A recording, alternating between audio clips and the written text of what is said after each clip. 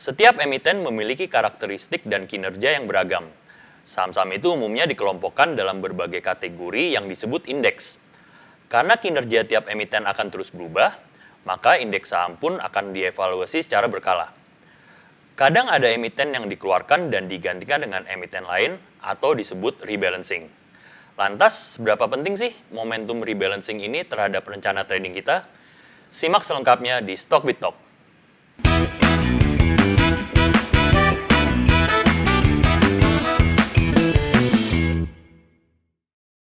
Halo teman-teman Stockbitor sekalian, kembali lagi di acara Stock with Talk episode yang ke-28. Nama saya Angga dan pada kesempatan ini kita akan mengangkat tema yaitu seluk-beluk indeks saham.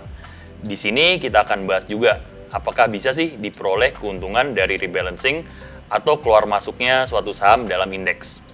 Nah, untuk membahas tema kita kali ini, kita udah kedatangan tamu yang pasti sudah tidak asing lagi nih buat teman-teman Stockbitor.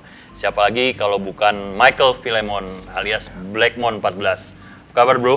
Halo bro, baik. Oke, ini thank you banget nih udah hadir lagi di acara Stockbitor kita. Dan ini tema kita hari ini cukup menarik nih sebenarnya nih tentang indeks saham ya. Dan kalau bisa kan Bro Philemon kan sering banget nih bagi-bagi soal insight ya. Tapi kayaknya hari ini kita pengen tahu nih, punya nggak sih insight atau tips yang bisa di-sharing tentang gimana meraih cuan dari indeks saham ya. Ini ya. Oke, kayaknya lu nggak perlu banyak dikenalin lagi ya. Ini ya langsung aja kita ke pertanyaan pertama. Oke. Jadi di bursa kita kan ada banyak banget indeks ya, yang mungkin yang paling umum tuh LQ45, ada juga yang jadi acuan juga tuh Kompas 100 atau IDX 30.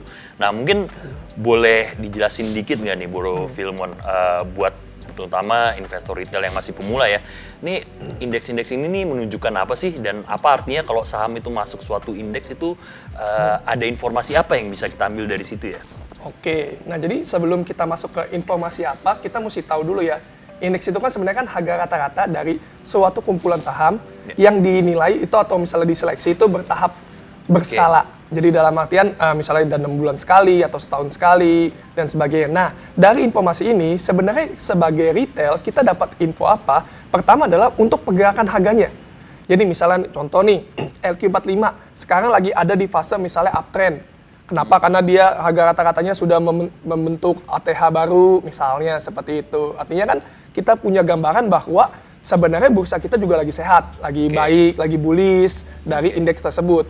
Nah, selain itu kita bisa melihat juga adalah yang dari keluar dan masuk di indeks tersebut. Misalnya saham A, misalnya anggaplah saham A dia keluar dari LQ45, otomatis kan apa? Harus ada namanya rebalancing. Dari institusi atau misalnya dari fund manager yang lain, dari asing, foreign. Nah, mereka akan melakukan rebalancing yang berdampak ke pergerakan harga sahamnya. Baik naik, turun, ataupun ya datar aja gitu. Jadi indeks itu sebenarnya pengaruhnya di sana. Oke bro, tadi kan udah disinggung sedikit mengenai rebalancing ya. Nah, ini kita mau nanya nih, sebagai investor retail, mungkin nggak sih ada cara gimana kita bisa mengantisipasi atau mempredik sebelum diumumkan gitu ya, saham-saham mana yang akan masuk atau keluar dari suatu indeks. Jadi kita istilahnya sebelum diumumkan kita udah ini dulu lah, coba guessing dulu lah. Itu bisa nggak sih dilakukan? Oke, sebenarnya kalau dari sudut pandang saya pribadi bisa dilakukan. Tapi sebelum kita masuk untuk ke guessing, kita mesti tahu dulu nih kriteria suatu saham yang bisa masuk ke dalam indeks itu dilihatnya dari apa aja sih? Yang seperti kita ketahui kan ada dua ya. Pertama salah satunya adalah market cap. Dan yang kedua adalah likuiditas. LQ45 kayaknya nih ya? Ya, LQ45 atau misalnya FTSE atau misalnya indeks-indeks lain lah. Dua-duanya kan salah satunya kan faktor yang dilihat kan dari sana juga, likuiditas dan dari market cap-nya juga kan. Kalau market cap-nya besar mungkin bisa ada guessing seperti itu. Nah, dari sana sebenarnya kita bisa meng-guessing juga. Kira-kira saham apa nih yang ada berpotensi masuk ke dalam indeks tertentu. Nah, dan sebenarnya bisa dibilang kenyataannya di lapangan adalah sebelum saham tersebut masuk ke indeks tertentu, pergerakan harga sahamnya itu sudah jalan duluan.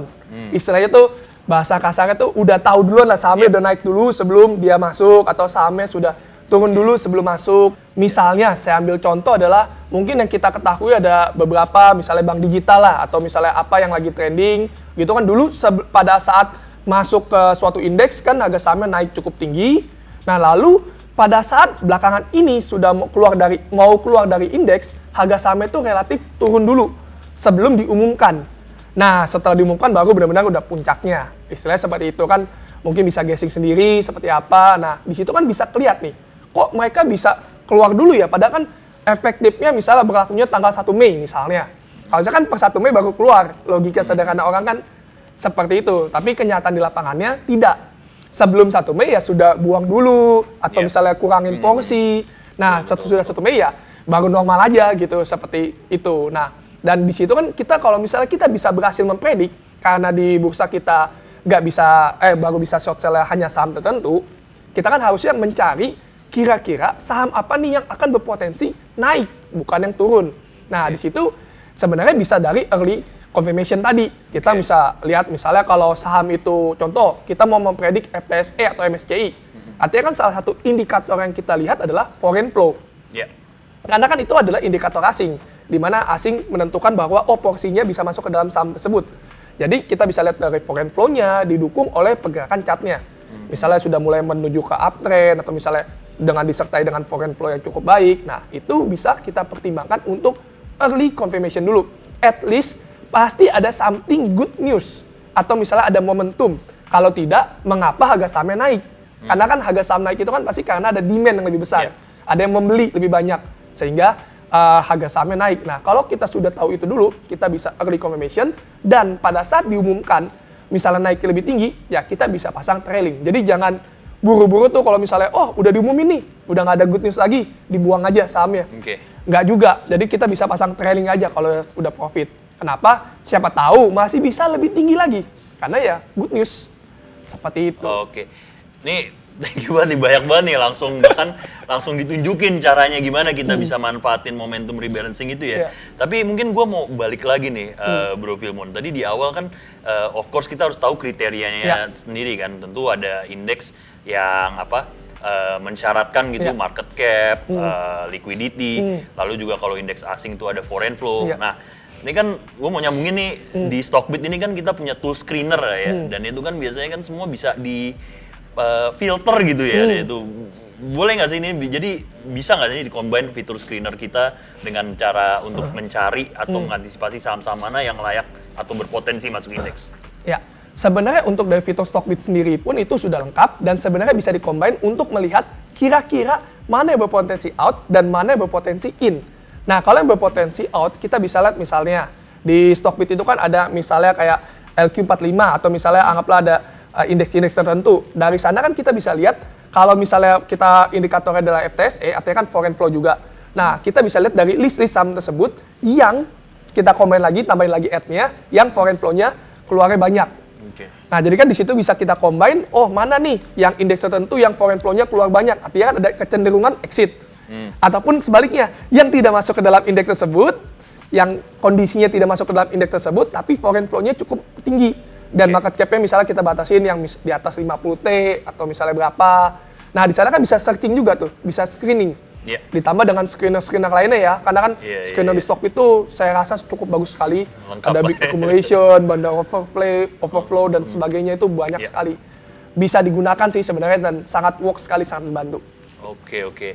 Sip. Nah, itu dia tadi tipsnya gimana nge-combine atau memanfaatkan ya fitur screener kita dalam mencoba mempredik saham-saham mana yang masuk indeks ya. Nah, mungkin next gue mau nanya nih, mungkin lebih sebagai trader dan investor yang berpengalaman, Bro Filmon kan ada gitu investor tertentu yang mereka tuh menjadikan indeks sebagai universe mereka gitu atau jangkauan mereka. Jadi, gua mau ini deh, cuman jual beli saham tuh yang masuk dalam Kompas 1 saja atau di berkisar EQ45 aja. Mungkin kalau teman-teman yang Muslim gitu misalkan indeks yang syariah aja gitu. Nah, kalau dari pengalaman Bro Filmon ini nggak sih menjadikan, ada nggak indeks tertentu yang dijadikan acuan gitu sebagai universe dari saham yang kita bisa pilih? Nah, kalau saya sendiri itu sebenarnya sudah ada sih. Jadi saya memakai itu ada pembagiannya, porsinya. Jadi misalnya contoh gini, saya itu kan kadang ada scalper juga, ada swing juga, ada investor juga. Oke. Nah, kalau untuk scalping sendiri pun, saya biasanya bagi atas 2 kategori. Scalping gorengan, sama dengan scalping blue chip. Karena itu dua hal yang berbeda. Yeah. Kalau scalping gorengan, ya saya kadang nggak terlalu memperhatikan indeks tertentu. Yeah. Karena yang saya fokuskan dari indikator yang lainnya. Yeah. Misalnya bandamologi, technical, atau misalnya hal-hal lainnya gitu ya. Tapi kalau misalnya dari blue chip, saya tergantung dari indeks tersebut. Contohnya kenapa? Karena saya biasanya kalau scalping di blue chip itu pakai namanya fasilitas account margin. Jadi salah satu indikator saya untuk masuk ke dalam scalping di blue chip adalah harus yang terdaftar di dalam list account margin. Oh, oke. Saham-saham di dalam account Otomatis margin. dong ya. Iya, itu otomatis. ya, biasanya. Jadi sehingga saya juga membatasi bahwa yang saya harus masuk itu adalah saham-saham yang bisa dibilang likuiditasnya cukup tinggi. Oke. Kenapa? Karena kan kita misalnya mau in dengan out dengan cepat dengan dana yang cukup besar, let's say di atas misal 500 juta atau apa, kan otomatis kan kita butuh yang saham ini kalau misal kita sekali HK atau sekali haki dengan nominal besar, nggak dampak. Yeah. Jadi kayak ya oke-oke aja gitu, fine-fine aja. Karena harus melihatnya dari makro atau apa. Misalnya kan kayak contoh saham Adaro lah atau saham-saham lain lah gitu yang blue chip yang liquid. Nah, itu kan bisa jadi salah satu indikator saya. Dan terkadang saya juga mengambil momentum pada saat pemberitahuan dari indeks tersebut. Oke. Misalnya sebagai contoh misalnya yang kemarin-kemarin ada apa saham A masuk ke dalam indeks MSCI atau apa. Nah, sebelum masuk itu kan sebenarnya kan dia udah diinfo dulu. Efektifnya misalnya per tanggal 31. Tapi kita udah dapat infonya dulu misalnya let's say seminggu sebelumnya. Biasanya banyak kayak disebar-sebaran info yang kemungkinan masuk atau apa. Masih kemungkinan. Rumor lah ya. Rumor. Nah, kita bisa spekulasi di sana masuk dan jualnya pada saat indeks itu ada. Indeks itu udah resmi gitu, rilis atau apa di tanggal 31-nya dan biasanya sih ada potensi kenaikan. Dan kriteria saya biasanya adalah yang masuk itu ke large atau misalnya ke mid cap. Jadi bukan yang di small. Jadi kalau yang perubahannya di small doang itu nggak terlalu signifikan sih. Dalam artian kenaikan sama penurunan itu sama jenis sahamnya juga nggak terlalu liquid. Tapi kalau yang udah masuknya ke large atau ke misalnya ke mid, itu biasanya lumayan ada inflow yang cukup besar. Seperti kita ketahui kan kemarin contoh aja misalnya ada saham e-commerce. Saham e-commerce yang investasinya banyak itu yang dana-dana IPO-nya nggak dipakai banyak. Itu kan salah satunya kan ada apa transaksi cukup besar kan pada saat rebalancing itu tiba-tiba di closing-nya buat dana cukup besar. Nah itu kan bisa dimanfaatkan momentum itu dan ada kenaikan ya.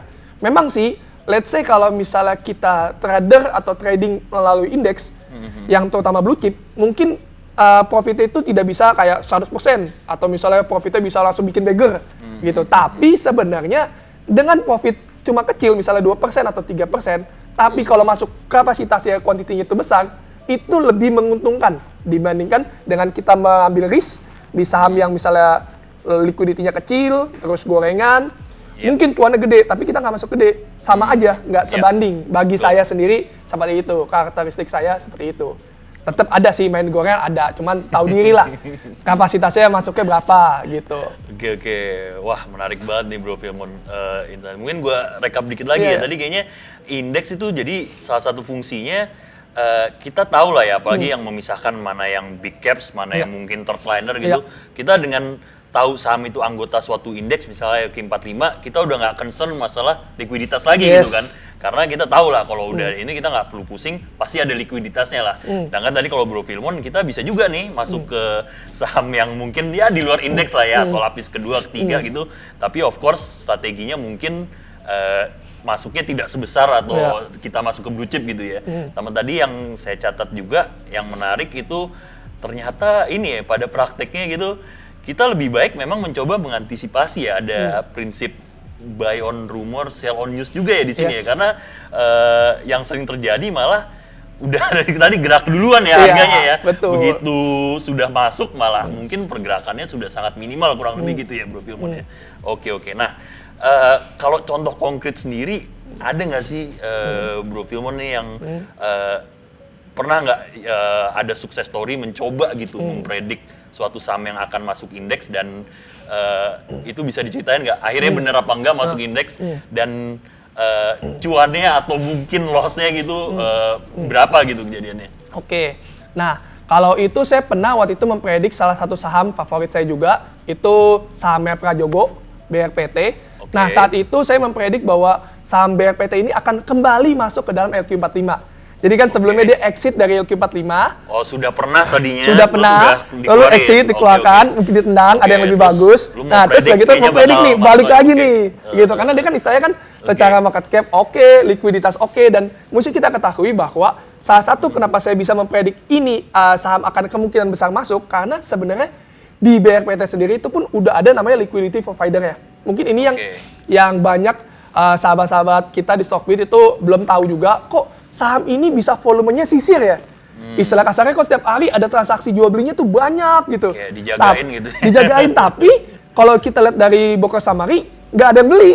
Istilahnya kok nggak ada yang beli apa, tapi kok bisa transaksi misalnya 500 ribu lot sehari. Nah, itu namanya salah satunya adalah liquidity provider yang memang sudah dimiliki oleh mungkin dari sisi manajemen atau apa, saya juga kurang tahu. Pokoknya udah ada liquidity provider menjaga sahamnya supaya tidak turun terlalu ekstrim dan tidak naik terlalu ekstrim, serta ada namanya volume. Sehingga dari dua kriteria ini sebenarnya kan sudah mewakili untuk syarat juga masuk ke dalam LQ45. Dan pada saat waktu itu pengumumannya itu harga sahamnya itu secara teknikal sudah menarik dan tidak mengalami penurunan lagi, sudah membuat base yang cukup signifikan. Jadi saya memprediksi ini kayaknya ada sesuatu nih, dan ada info juga, benar. Jadi info dulu tuh, sebelum terjadi itu ada info dulu. Ini kayak ada sesuatu, dan benar. Setelah itu saya beli benar-benar di harga 800, saya ingat. Saya beli di harga 800, tiba-tiba besoknya masuk ke LQ45, langsung naik tuh. Langsung rally dan hold dulu, sampai ya saya sih realistis, di 900 sudah jual aja gitu. Dapat untungnya ya cukup lah buat jalan-jalan. Mantap. Oke, keren banget nih. Jadi mungkin saya pengen nanya nih, overall nih ya, secara keseluruhan menurut Bro Filmon, apakah itu it works nggak sih untuk mencoba mencari keuntungan dari rebalancing index ini secara umum ini lebih banyak cuannya atau justru malah lebih banyak tekornya gitu ini? Nah sebenarnya kalau misalnya kita mau memanfaatkan dari rebalancing, itu kalau menurut saya, pandangan saya pribadi, kita tidak lepas juga dari namanya fundamental suatu perusahaan. Nah itu untuk membantu kita lebih ke arah margin of safety juga. Sehingga pada saat kita masuk based on index, itu ada backingan belakangnya, yaitu fundamentalnya. Jadi kalau misalnya suatu perusahaan yang secara fundamental sudah tidak baik, misalnya let's say PBV-nya udah tinggi banget atau misalnya lagi merugi atau apa, tapi dia masuk ke dalam rebalancing karena liquidity dan market cap, misalnya kan ada case-case seperti itu. Nah, kita bisa concern juga nih, batasi risiko. Jadi kalau mau trading mengikuti indeks, harus ada namanya trading plan. Itu sangat penting. Bukan hanya mengikuti indeks sih, sebagai trader juga wajib punya trading plan. Jadi kita tahu kapan waktunya kita exit dan mengakui analisa kita salah. Kita tahu kapan waktunya kita trailing, kalau misalnya udah cuan, dan kita tahu kapan waktunya kita taking profit. Kenapa? Karena di saham itu ya semuanya akan ada namanya naik dan akan ada namanya turun. Tidak ada selalu saham yang naik terus. Ya pasti akan ada puncaknya. Nah, di mana kalau misalnya di saat puncaknya itu kita dalam artian tidak antisipasi, bisa aja misalnya, oh saya kan investor, Pak, saya maunya misalnya kayak tahan sampai 500%. Bisa jadi, soalnya saya pernah ada pengalaman, sahamnya misalnya profitnya misalnya let's say ada 25% atau misalnya 100%. Lalu balik lagi ke harga kita beli. Karena apa? Karena kita tidak mengantisipasi juga hal tersebut. Kita hanya menganggap enteng bahwa invest aja lah, nggak usah pusing atau apa. Padahal seorang investor juga akan ada namanya evaluasi berkala. Misalnya let's say 3 bulan kah atau berapa bulan kah, evaluasi berkala. Supaya apa? Tujuan kita di bursa itu mau cari profit, bukan mau cari pamer-pameran aja. Jadi buat apa pamer-pamer gede-gede kalau nggak ada profitnya? Seperti itu sih.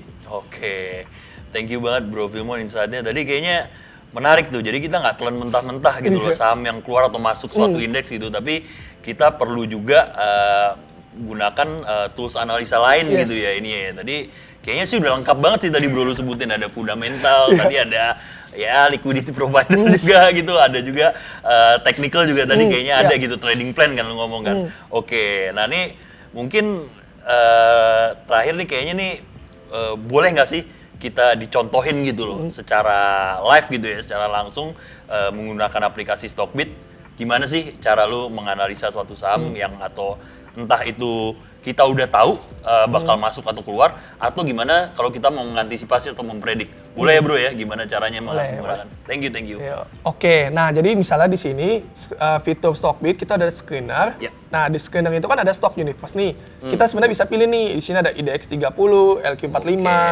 Cuman karena kita mau cari tahu indeks asing, misalnya kayak mau mempredik FTSE atau MSCI, kita pilihnya ISG aja. Oke. Nah, tadi kan kalau saya sempat sampaikan kan setidaknya basicnya aja kita perlu 3 hal tadi kriterianya, yaitu dari market cap, terus dari value itu volumenya, dan juga dari foreign flow-nya.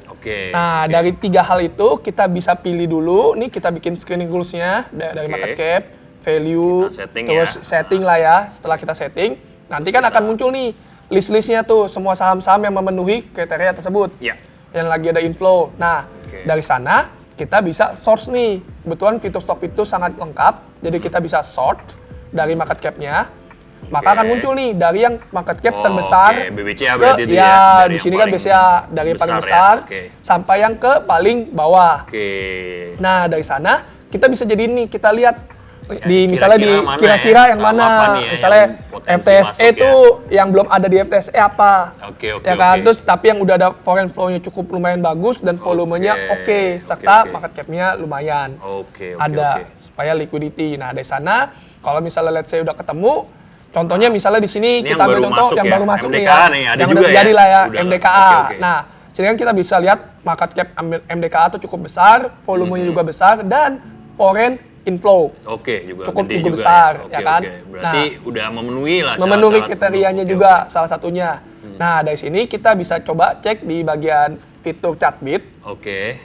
Di Chartbit coba kita cari MDKA apakah benar sesuai gitu dan bikin trading plan-nya. Kurang lebih trading based on index. Nah, kan kalau lihat dari chart ini MDKA sebenarnya kan indeks itu waktu itu rebalancing-nya tuh di periode Maret ya. Ini weekly ya by the way? Weekly. Biar supaya bisa kelihatan lebih jauh gitu. Kalau daily kan nanti terlalu kecil.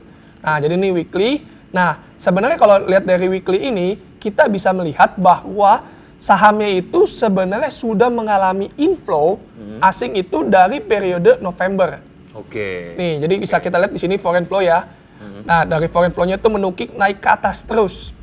Semenjak dari November. Ada akumulasi asing juga berarti ya? Ada akumulasi asing yang cukup besar. Dan itu sejalan dengan ada kenaikan saham. Dan saham ini kan kalau kita lihat membentuk uptrend. Di mana dia bisa break area ini kan nih. Ini kan bisa dibilang ini kan area resist dia nih sebenarnya. Resisten weekly ya, jadi kita mainnya time frame panjang ya.